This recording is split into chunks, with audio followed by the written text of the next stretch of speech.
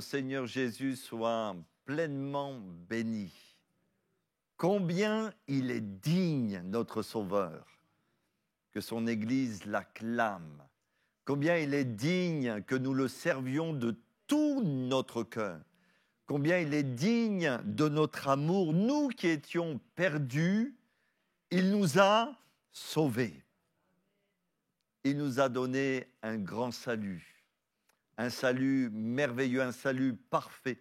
Et notre espérance, eh bien, nous savons que notre espérance, bien sûr, notre espérance est pour cette terre. Et le psalmiste pouvait dire ceci: « Oh, si je n'étais pas sûr de compter sur l'Éternel, sur la terre des vivants. » Mais notre espérance ne s'arrête pas à cette terre. Elle est pour l'éternité. Et nous voulons dès à présent faire retentir notre joie devant notre Dieu. À chaque fois, et écoutez bien, frères et sœurs, à chaque fois que des chrétiens s'assemblent, il y a une vérité centrale qui doit dominer nos réunions. C'est celle-ci: Jésus est au milieu de nous. Jésus est présent ce soir. La Bible déclare. Et si la Bible le déclare, nous voulons aussi le déclarer. Jésus est ressuscité. La mort n'a pas pu le retenir. Toutes les puissances des ténèbres n'ont pas pu le tenir dans la mort. Il a vaincu la mort, il a vaincu le péché, il a vaincu les puissances des ténèbres et il nous a promis d'être avec nous tous les jours de notre vie. Donc ce soir, il est vrai, certes, nous sommes à la réunion de prière le mercredi soir à 19h30 rue de Cauville, certes, mais bien plus que d'être dans une réunion de prière, nous sommes dans la présence même de Jésus. Nous ne sommes pas simplement à la réunion de prière, nous sommes dans la présence de Jésus. Jésus est là ce soir. C'est sa promesse dans notre cœur, mais aussi dans nos rassemblements. Donc, une question se pose. Et je voudrais vous poser cette question. Je voudrais te poser cette question. Est-ce que tu ressens la présence de Jésus? Est-ce que ton cœur vibre parce que tu es dans la présence même de notre Seigneur Jésus? Il est présent, mais est-ce que spirituellement tu ressens sa présence? Le fait que nous ne ressentons pas la présence de Jésus ne veut pas dire qu'il n'est pas présent. Peut-être tout simplement cela veut dire que nous avons besoin que notre foi dépasse nos blocages, dépasse nos ressentis, dépasse peut-être les soucis, les difficultés, les problèmes qu'occasionne cette vie qui apesantissent notre cœur. Notre foi doit s'élever pour croire dans les vérités révélées dans la parole de Dieu. Jésus est au milieu d'eux, de ceux et de celles qui se rassemblent. Peut-être, eh bien, tu as besoin que ton cœur soit plus sensible à la présence même de ton Sauveur. Et nous savons très bien qu'il y a la nécessité pour nous que lorsque nous nous rassemblons pour méditer la parole de Dieu, pour adorer, pour prier, pour chercher sa face, pour méditer, pour s'encourager dans la communion fraternelle, il y a cette nécessité que nos cœurs s'ouvrent. Et un moyen d'ouvrir nos cœurs à la présence de Dieu, c'est de mettre notre foi dans ce que nous avons déjà compris des Écritures. La Bible nous dit que Dieu cherche, que Dieu demande des adorateurs en esprit et en vérité. Vous le connaissez ce passage. Dieu demande des adorateurs en esprit et en vérité. Nous ne devons pas, frères et sœurs, prier pour que nous devenions des adorateurs en esprit et en vérité. Nous devons être des adorateurs en esprit et en vérité. Nos cœurs doivent s'ouvrir déjà sur les vérités que nous avons reçues de la part du Seigneur. Est-ce que nous sommes sauvés? Est-ce que nous avons accepté Christ? Est-ce que nous sommes maintenant de nouvelles créatures, des enfants de Dieu? Eh bien, déjà, cette vérité essentielle pour l'être humain, déjà, cette vérité devrait nous amener à mettre notre foi dans ce que Dieu a accompli pour nous et devrait nous amener à déborder de joie et de louange devant le Seigneur. Est-ce que vous êtes d'accord avec moi? Et si nous ne ressentons pas la présence de Dieu, c'est parce que peut-être nous avons besoin tout simplement que nos cœurs s'ouvrent et que nous placions notre foi dans ce que nous avons déjà compris des Écritures. Pourquoi demanderions-nous quelque chose de supplémentaire au Seigneur si nous ne mettons pas notre foi déjà dans ce qu'il nous a révélé? Le salut même est déjà pour nous un sujet de joie extraordinaire. Nous avons la vie éternelle. Et il y a cette certitude dans notre cœur que lorsque nous allons mourir ou si le Seigneur Jésus revient, mais partons du principe que nous allons mourir. Eh bien, si nous mourons, nous allons directement aller au paradis. Quand les disciples leur cœur, à un moment donné, a été troublé. Jésus va leur rappeler qu'il va s'en aller et leur préparer une place dans le ciel de gloire. Sujet de réjouissance pour ses disciples. Nous pouvons ressentir spirituellement la présence de Jésus. Nous avons médité dimanche dernier, notamment sur cette femme à la perte de sang. Et ce qui nous a marqué, ce qui nous a interpellés, c'est qu'à un moment donné, Jésus va dire ceci, qui m'a touché? Pourtant, il y avait une foule qui pressait le Seigneur. Et les disciples, devant l'interrogation du Seigneur Jésus, ont été étonnés de ce que le Seigneur Jésus dise, ouvertement, qui m'a touché, parce que tout le monde le pressait. Mais il y a une femme qui s'est distinguée par sa foi, qui a senti et vécu la présence même de Jésus au milieu de cette foule.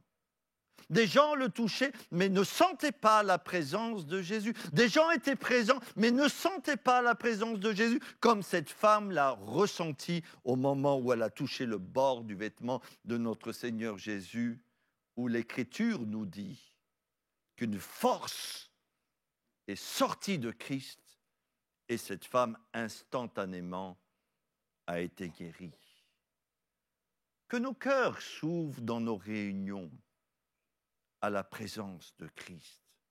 Et si nos cœurs s'ouvrent, si notre foi, se place dans ce Sauveur bien-aimé, nous aussi, nous allons expérimenter, pas intellectuellement, mais concrètement, dans notre vie concrète, dans notre vie de tous les jours, dans notre corps, dans notre âme, dans notre esprit, la puissance même de Jésus. Et notre foi ne doit pas être une foi simplement intellectuelle, mais une foi qui s'appuie sur les promesses de Dieu, sachant que Dieu n'est pas un homme pour mentir, mais ce qu'il dit, ce que sa bouche proclame, il l'accomplit. Alors approchons-nous de Jésus. Osons ce soir, croire que Jésus est là. Et quand nous allons ouvrir notre bouche pour le louer, Jésus nous entend. Lorsque nous allons prier, Jésus nous entend. Lorsque nous allons intercéder, Jésus nous entend.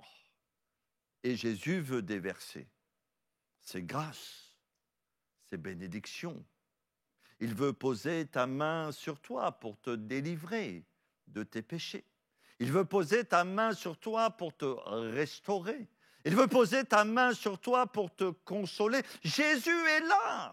Jésus est présent. Et c'est quand on ouvre son cœur qu'on peut ressentir sa présence et sa puissance dans nos vies.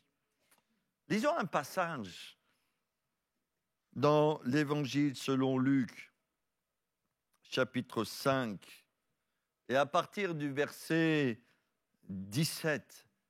Et des hommes, nous ne connaissons même pas le nom de ces personnes, de ces gens, ont expérimenté premièrement la présence de Jésus, mais ils ont expérimenté aussi la puissance de Christ. Et il faut le dire, Jésus n'est pas une religion. Non, non, non, non. Il y a certaines personnes, parfois on leur parle de Jésus. Et ces gens nous disent, mais moi, monsieur, je ne veux pas changer de religion. J'ai ma religion, celle que j'ai héritée de mes pères, celle dans laquelle j'ai été enseigné, et loin de moi de vouloir changer de religion. Mais Jésus n'est pas une religion. Non, Jésus est le sauveur du monde. Jésus est le Fils de Dieu. Jésus est celui qui nous aime. Jésus est celui qui veut se manifester dans ta vie ce soir. Si tu ouvres ton cœur, il veut agir pour toi. Il veut le faire. Donc lisons au verset 17 et au chapitre 5 de l'Évangile selon Luc. Un jour, Jésus enseignait. Des pharisiens et des docteurs de la loi étaient là assis. Des pharisiens et des docteurs de la loi, c'est-à-dire des religieux de l'époque de notre Seigneur Jésus, étaient là assis, venus de tous les villages de la Galilée, de la Judée et de Jérusalem. Et la puissance, vous lisez avec moi, la puissance du Seigneur se manifestait comment? Par des guérisons. Et quelqu'un pourrait dire, mais ça, c'est une autre époque, c'est un autre temps. Aujourd'hui, nous sommes dans le 21e siècle, nous sommes dans l'ère technologique, nous sommes dans l'ère du multimédia, nous sommes dans l'ère de l'intelligence artificielle maintenant. Mais la Bible nous dit, et je l'ai rappelé au début de cette prédication, je vous l'ai rappelé, frères et sœurs, Jésus, il est ressuscité. La mort n'a pas de pouvoir sur lui, le temps n'a pas de pouvoir sur lui. Il est au-dessus de toutes choses et nous faisons toutes choses pour sa gloire. Et la puissance du Seigneur peut se manifester de la même manière, parce qu'il est ressuscité. Et si nous mettons notre foi dans un sauveur ressuscité, alors tout est possible pour nous. Nous n'allons pas être enfermés dans des blocages, mais notre foi va se déplacer de nous vers lui, le Sauveur ressuscité. Verset 18, et voici des gens. Portant sur un lit un homme qui était paralytique, cherchait à le faire entrer et à le placer sous ses regards. Comme ils ne savaient par où l'introduire à cause de la foule, ils montèrent sur le toit et le descendirent par une ouverture avec son lit au milieu de l'assemblée devant Jésus. Voyant leur foi, Jésus dit, « Homme, tes péchés te sont pardonnés. » Les scribes et les pharisiens se mirent à raisonner, à dire, « Qui est celui-ci qui profère des blasphèmes? Qui peut pardonner les péchés si ce n'est Dieu seul ?» Jésus, connaissant leurs pensées, prit la parole et leur dit, « Quelles pensées avez-vous dans vos cœurs ?» Oui, Jésus lit dans les cœurs. Jésus lit dans nos cœurs ce soir.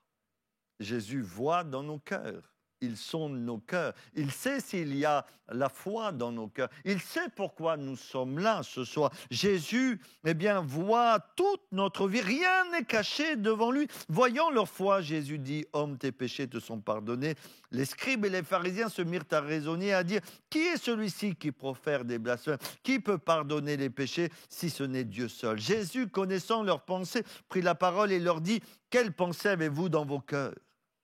Lequel est le plus aisé de dire, tes péchés te sont pardonnés, ou de dire, lève-toi et marche? Lequel est le plus aisé de dire, frères et sœurs? Or, afin que vous sachiez que le Fils de l'homme a sur la terre le pouvoir de pardonner les péchés, je te l'ordonne, dit-il au paralytique, lève-toi, prends ton lit et va dans ta maison.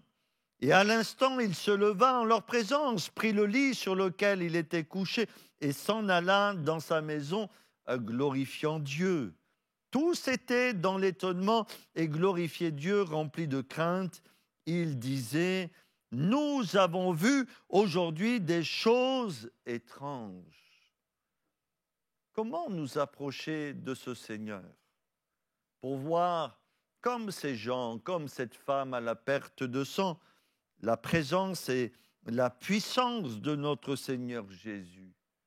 Eh bien, déjà nous approcher avec foi. La foi est indispensable. Quand on prie, quand on loue, quand on célèbre ou quand on intercède, il doit y avoir dans notre cœur cette foi dans ce Dieu vivant et vrai. Nous ne prions pas des idoles qui sont mortes. Nous ne prions pas une philosophie, une religion ou des conceptions ou des constructions mentales que les êtres humains auraient pu élaborer pendant des siècles. Nous prions un Dieu vivant. Et vous savez, ça fait toute la différence. Parce qu'il y a sur la terre, au moment où je vous parle, des millions de gens qui prient. Mais il y a des gens qui prient des statues. Il y a des gens qui prient des dieux. Mais il y a des gens qui prient le Dieu vivant et vrai, capable d'agir et capable de délivrer. Et Jésus a su discerner dans ces gens qui amenaient leur ami paralytique. Il nous est dit, voyant leur foi. Donc, ils se sont approchés de Christ avec confiance, avec assurance.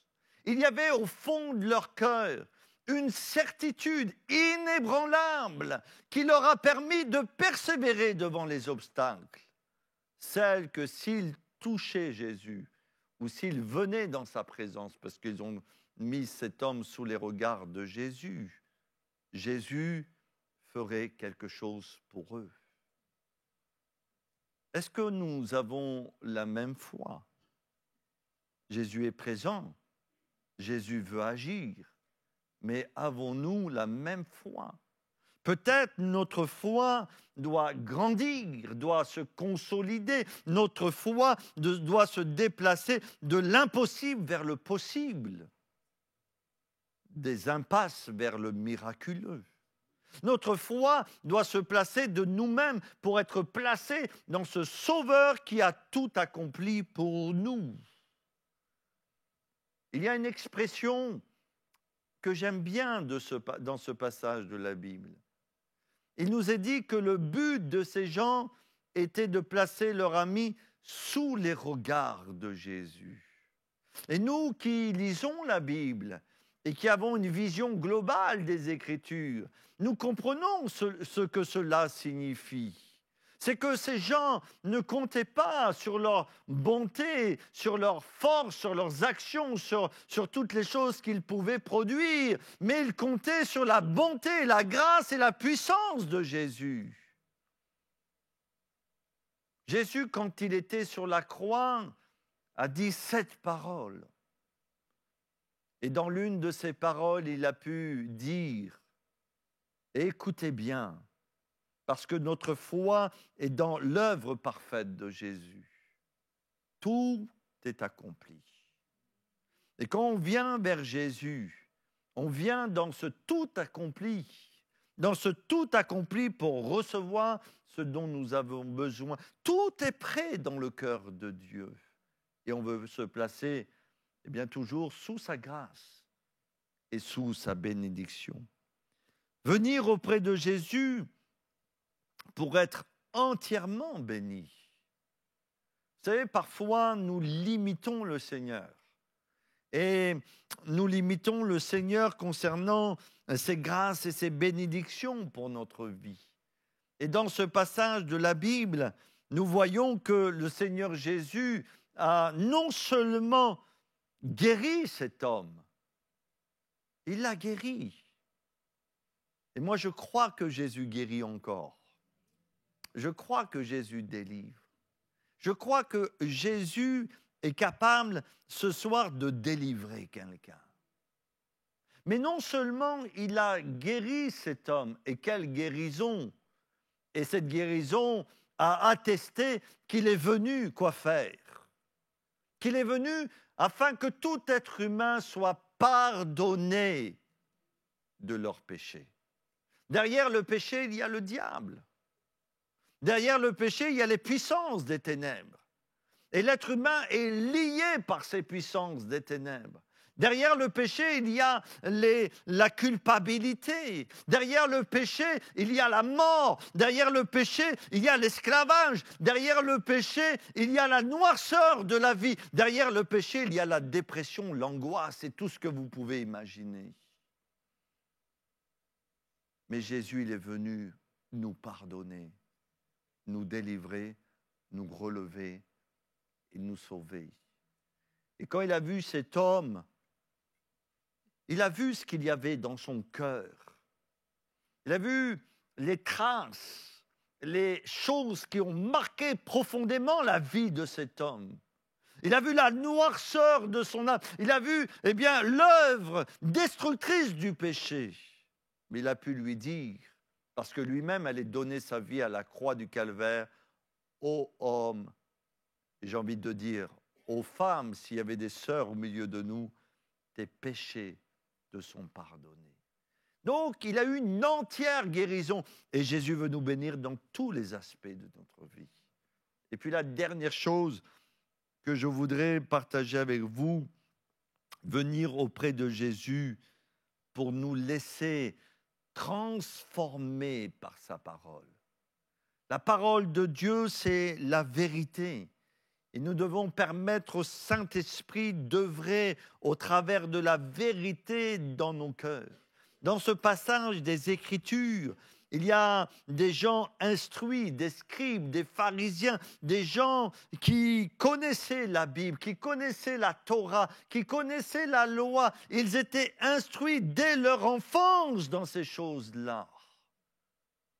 Mais quand Jésus a commencé à enseigner sur des vérités profondes, sur des vérités que l'être humain avait besoin d'être pardonné pour être délivré de l'esclavage du péché et des puissances des ténèbres.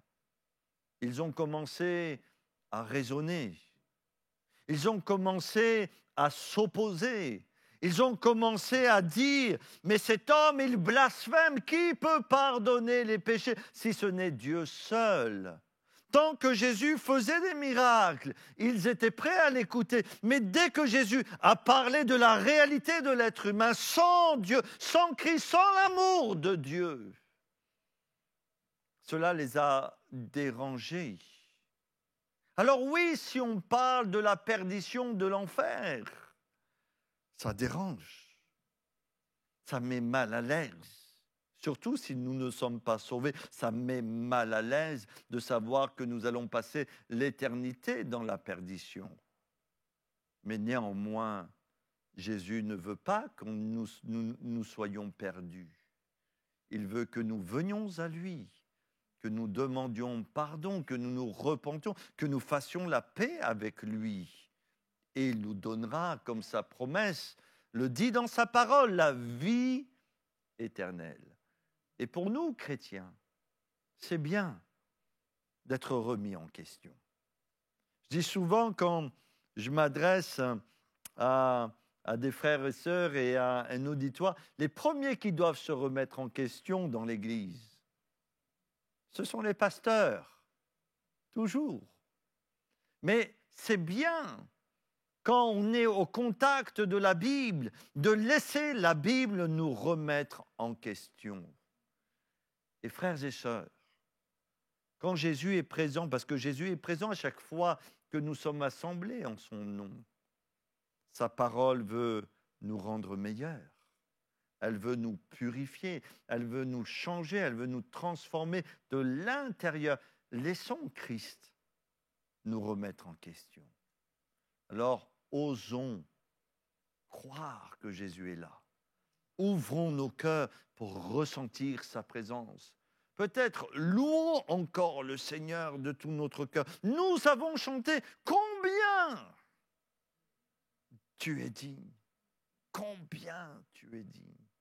Louons-le, bénissons-le, intercédons pour ceux aussi qui sont malades. Que Dieu nous bénisse. Et soyons comme cette femme, comme ces hommes, eh bien, plaçons-nous sous la grâce et les regards bienveillants de notre Seigneur Jésus. Amen. Merci Seigneur pour ton amour. Seigneur, je veux rappeler à mon âme ce soir, je veux repasser avec mes frères et sœurs les vérités qui sont dans ta parole. Ce que tu dis, Seigneur, est indestructible. Tu nous dis dans les Écritures que toutes choses sur cette terre passeront.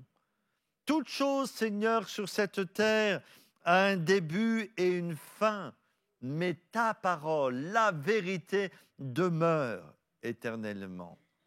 Et ce soir, Seigneur, au travers des Écritures, tu nous rappelles, puisque tu dis que là où 2 ou 3 sont assemblés au nom de Jésus, Jésus est au milieu d'eux. Tu nous rappelles, Seigneur, que tu es présent dans ce lieu, que tu es là. Et nous voulons avoir cette foi pour le croire. Nous voulons avoir cette sensibilité pour ressentir ta présence. Nous voulons faire abstraction des choses qui se passent à l'extérieur pour rentrer pleinement dans le lieu très saint parce que le voile a été déchiré. Alors merci. Toute notre foi est en toi. Seigneur, tu vois ce soir celui qui a besoin d'être secouru. Celui qui a besoin d'être relevé, celui qui a besoin de prendre des positions, celui qui a besoin d'être guéri, celui qui a besoin d'être pardonné, délivré, celui qui a besoin d'ouvrir son cœur pour te louer. Eh bien, Seigneur, qu'il saisisse que tu es là et qu'il rentre pleinement dans ta présence. Merci, Père, dans le nom de Jésus. Amen. Amen.